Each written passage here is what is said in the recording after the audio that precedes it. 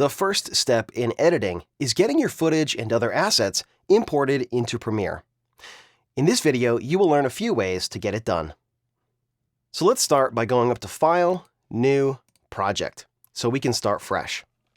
And we'll call this Cheryl Cookie Instructional.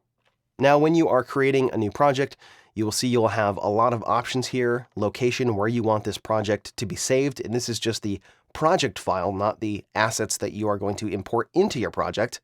These other options you can pretty much leave at their defaults and then press OK. So let's look at how to import assets into Premiere, and we can do this in a few ways.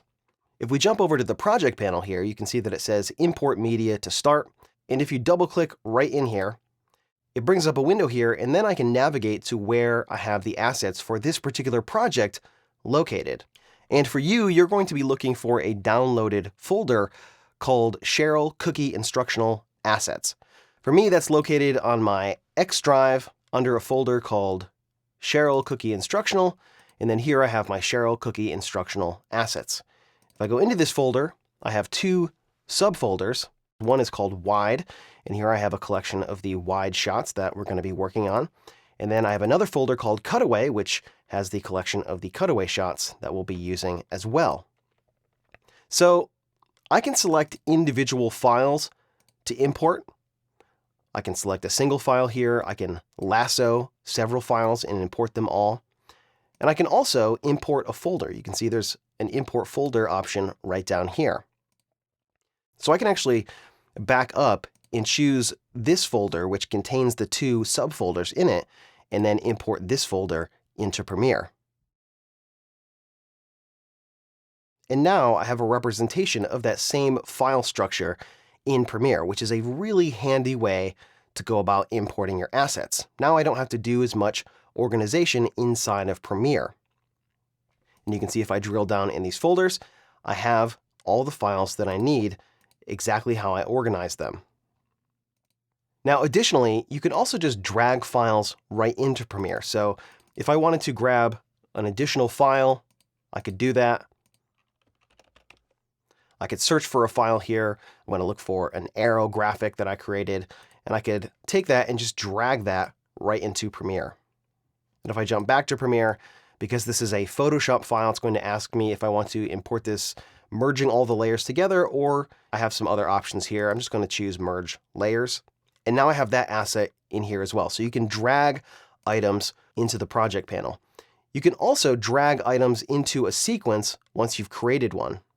So this way of importing files works well for a lot of different files, for graphics, for audio, for some video clips if they're shorter.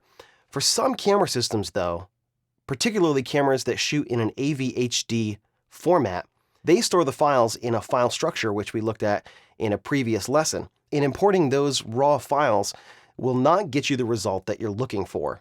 So let me show you an example of what I'm talking about. This is a folder of a concert that I shot, and you'll see there are 10 files in here. But I actually only pressed the record button once, and I let it run for, 2 hours or so. You see, as I click around on these clips, they all say they're about 11 minutes, 12 seconds long. And that's really not how I want to use these clips, because if I import these into Premiere by just dragging them into Premiere, there's going to be a very small break in between these clips when I put these on a sequence, and that's going to break the flow. It basically drops a frame and the audio gets kind of glitched out a little bit. So this is not the way you want to import these MTS files into Premiere. What you want to do instead is go over here to the media browser and navigate to where those files are stored. As you can see, if I jump into my Jonathan Stills folder, and I go to my HFL concert, and I go into the wide shot folder, and then I click on private, I don't even get those other folders because Premiere knows that what it's really looking for is the streams folder. And you see there's only 2 files listed. But if I look back in here, this is the same exact location. There's actually 10 files in here. So Premiere is showing you that it knows that at the start of this file here, 00001, This is one file, and all of the rest of those between 00001 and 00009, those are all one continuous clip. And so when I right-click and I choose Import, this file will import into Premiere perfectly, and there won't be any breaks in between any of those files. And this is how you want to import the files. If you have MTS files that were shot on a camera that records to AV-HD format, and I believe there's a few other cameras that record with a similar file structure. When I'm working with footage from one of these cameras that stores the file in this particular file structure that I need to leave intact, the way to do that is you go into the media browser in Premiere, you navigate to the files, and then you can select the files, you right-click, and then you can choose Import. If I just import this one file in here, it will show up as one clip, and you can see the media duration is 1 hour, 39 minutes, 20 seconds, and 0 frames. And that's exactly what you want. Now, other files that have come from a DSLR or other camera systems that shoot to different file types, you can pretty much just organize those files however you like and then import them into Premiere. But again, cameras that shoot to AV-HD format that store the files in that particular file structure need to be imported this way into Premiere. Otherwise, you're going to have just a whole bunch of headaches. Now, because importing files has to do with where files are located and getting them inside of Premiere, I wanted to touch on one other point really quick, and that is what happens if you have a project and you've saved it and then you move the files to a different location. Well, thankfully, Premiere is pretty darn smart. And if I save this file, and then I close Premiere, and then what I'm going to do is I'm going to navigate back to my folder here. I'm going to go into the Cheryl Cookie Instructional Assets, and I'll just take one of those files and I will cut, and then I'll paste it somewhere else. So I'm going to go back and I'll just paste it in here. So this is just going to represent what happens if you move some of your files. If I open Premiere back up and I open that last project, Premiere is going to start loading those assets, and it's going to come up and say, hey, one or more of your files is not where it was before. And it brings up this link media dialog box, and it says missing media for these clips. And we see the clip name and the file name, because those are separate, which we'll look at later, and the file path where it was looking for it. You see that? X Drive, X Video Projects, Cheryl Cookie Instructional Assets, and it was in the wide folder. So I can just tell it that this file is offline.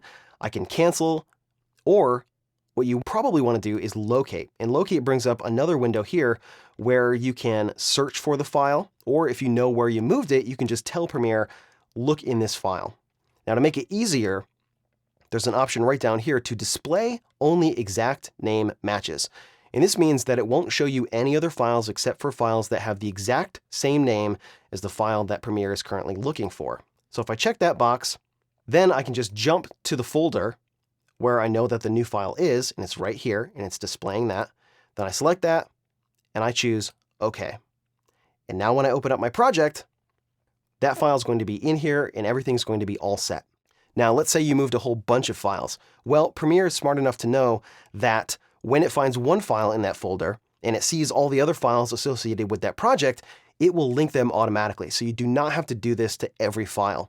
If you point it to the location where just one of those files is, Premiere will find all of those other files and it will relink everything so your project works correctly. It's a fantastic feature, and I use it all the time when I have to kind of reorganize things or add or move files to another drive. It does not ruin your project, and it's very easy to get things up and running again when you move around your files. You do need to be careful when you're moving around video files that need to remain in that particular folder structure, like those MTS files. So that probably means that you have to take the files and the folder structure exactly how it came off the camera and then move that entire folder structure, or whatever the top folder is, and then move that somewhere else. That will work. But for example, if you move those .mts files out of that last folder, out of the streams folder, and you move those somewhere else, Premiere's going to have a really difficult time figuring that out. It probably won't work correctly. So make sure you keep those files in that folder structure and move the top level folder when you're moving those around. In the next lesson, you're going to learn how to do some basic organization inside of Premiere to keep your projects running smoothly. So check that out coming up next.